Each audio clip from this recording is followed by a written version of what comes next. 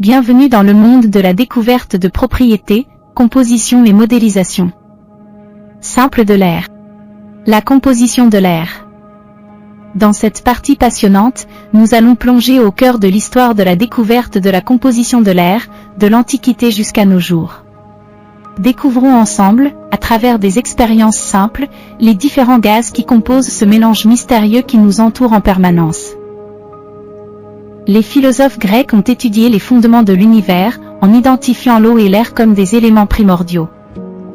Les découvertes ultérieures, notamment celles de Robert Boyle et d'Antoine Laurent de Lavoisier, ont confirmé l'importance de l'air en démontrant ses composants et son rôle essentiel pour le feu et la vie. Mais l'air pur reste conforme à la description de Lavoisier. Il s'agit de Lavoisier, l'un des pères de la chimie moderne. Une de ses découvertes est révolutionnaire. Il est parvenu à déterminer la composition de l'air grâce à une souris. Son expérience débute en faisant chauffer une quantité précise de mercure dans un récipient fermé, relié à une cloche, dont on connaît le volume d'air qu'elle contient. Dès le deuxième jour, Lavoisier observe qu'une couche rouge recouvre le mercure et que le volume de gaz diminue. Comment est-ce possible? Pour comprendre, il place dans la cloche la souris qui meurt en respirant le gaz restant. Il n'y a plus d'oxygène. Pourtant, l'oxygène n'a pas disparu. Il a réagi avec le mercure et a provoqué cette étrange couche rouge, de l'oxyde de mercure. Ainsi, Lavoisier établit l'un des principes fondateurs de la chimie moderne. Rien ne se perd, rien ne se crée, tout se transforme. Lavoisier nomme donc le gaz qui reste dans la cloche l'azote, qui signifie privé de vie. En mesurant le volume d'azote restant, Lavoisier parvient à quantifier la proportion d'oxygène et d'azote dans l'air habile. De la vision de Lavoisier à la réalité actuelle, l'évolution de la composition de l'air grâce aux avancées technologiques, 21% de dioxygène, 78% de diazoté et 1% d'autres gaz. L'écart avec les proportions connues de manière précise aujourd'hui est dû à la faible précision des instruments de mesure du XVIIIe siècle. Grâce aux progrès technologiques, les scientifiques ont pu affiner leurs méthodes de mesure, permettant ainsi une meilleure compréhension de la véritable composition. Au milieu de notre exploration, nous allons révéler la présence du dioxygène et du dioxyde de carbone dans l'air à travers deux expériences fascinantes. Incandescence qui était faible, on obtient un morceau qui est relativement incandescent. Il est aussi possible de montrer la présence de dioxyde de carbone. Pour cela, on utilise l'eau de chaux puisqu'elle présente la particularité de se troubler en sa présence. Ici, on voit qu'on place de l'eau de chaux dans un bocal rempli de dioxyde de carbone et cette eau de chaux va se troubler. On place une bougie allumée dans un cristallisoire où il y a de l'eau colorée. Mettre au-dessus d'elle une éprouvette de capacité maximale 50 ml.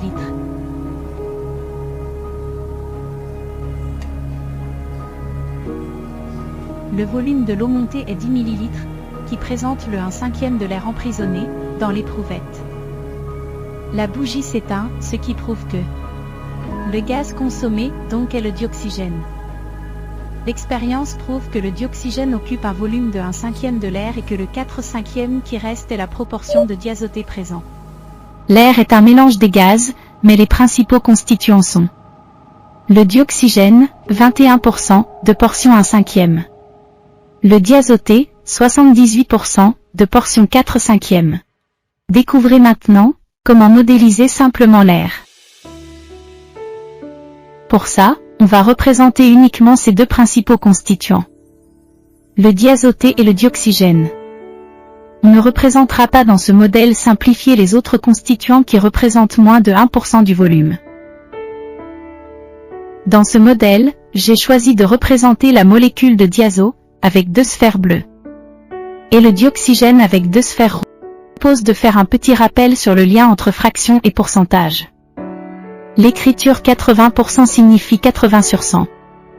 Pour réduire cette fraction, on peut par exemple diviser par 10 au numérateur et au dénominateur, et on trouve 8 sur 10. Puis on peut encore diviser par 2 au numérateur et au dénominateur pour trouver 4 sur 5.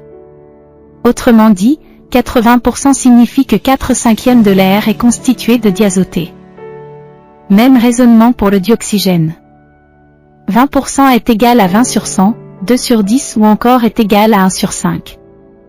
Donc un cinquième de l'air est constitué de dioxygène.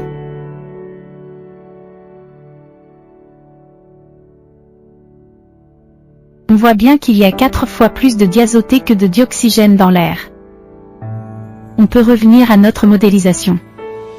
Et pour respecter ces proportions, on représentera tout simplement 4 fois plus de molécules de diazoté que de molécules de dioxygène. Par exemple, dans ce flacon, si je représente une molécule de dioxygène, je vais représenter 4 fois plus de molécules de diazoté, donc 4 molécules de diazoté, tout simplement, pour bien respecter les proportions 1 cinquième et 4 cinquièmes, ou encore 20% et 80%. De la même manière, si je prends un autre exemple et que je représente cette fois 2 molécules de dioxygène, alors pour respecter les proportions, je vais représenter 4 fois plus de molécules de diazoté, donc 8 molécules. Et bien sûr, comme l'air est à l'état gazeux, je dessine les molécules dispersées et désordonnées, voilà comment on peut modéliser l'air en respectant la composition simplifiée. Je retiens. L'air est un mélange de plusieurs gaz. Les 2 principaux constituants sont le diazoté, environ 80%, soit 4 cinquièmes du volume total, et le dioxygène, environ 20%, soit le cinquième du volume total. On peut modéliser l'air, à l'échelle moléculaire en tenant compte de ces proportions, avec 4 fois plus de molécules de diazoté que de molécules de dioxygène. Découvrez les propriétés fascinantes de l'air, grâce à une expérience captivante pour déterminer sa masse, une simulation interactive pour explorer la relation volume-pression, et la réalisation que l'air est à la fois expansible et compressible. Pour mesurer la masse d'un litre d'air, nous allons réaliser l'expérience suivante. Dans un premier temps, nous relevons la valeur de la température et de la pression atmosphérique. La température est de 25,8 degrés Celsius et la pression de 1017 hectopascales. Ensuite, nous allons mesurer la masse d'un ballon bien gonflé. On a alors M1 qui est égal à 483,2 grammes. Puis, nous allons enlever 1,5 litre d'air à ce ballon. Pour cela, on va utiliser une bouteille de 1,5 litre remplie d'eau et qui est retournée dans un cristallisoire contenant de l'eau. On expulse l'air du ballon. L'air prend la place de l'eau. Quand la bouteille n'a plus d'eau, cela signifie que l'on a 1,5 litre d'air dans la bouteille. Donc, que le ballon a perdu 1,5 litre d'air. Nous mesurons alors la masse du ballon dégonflé. Égale à 481,4 grammes. On en déduit alors que 1,5 litre d'air a une masse égale à M1, M2, c'est à dire 1,8 g. Donc, dans les conditions d'expérience, L d'air a une masse de 1,2 g. Dans les conditions normales de température et de pression 1000 hectopascales, température 0. Au début de cette expérience, la pression de 50 ml de l'air, emprisonné, dans la seringue est 1000 IPA. On tire le piston, le volume a augmenté, qui montre que l'air est expansible. Ainsi les particules est espacées, le nombre de chocs diminue, d'où la pression diminue.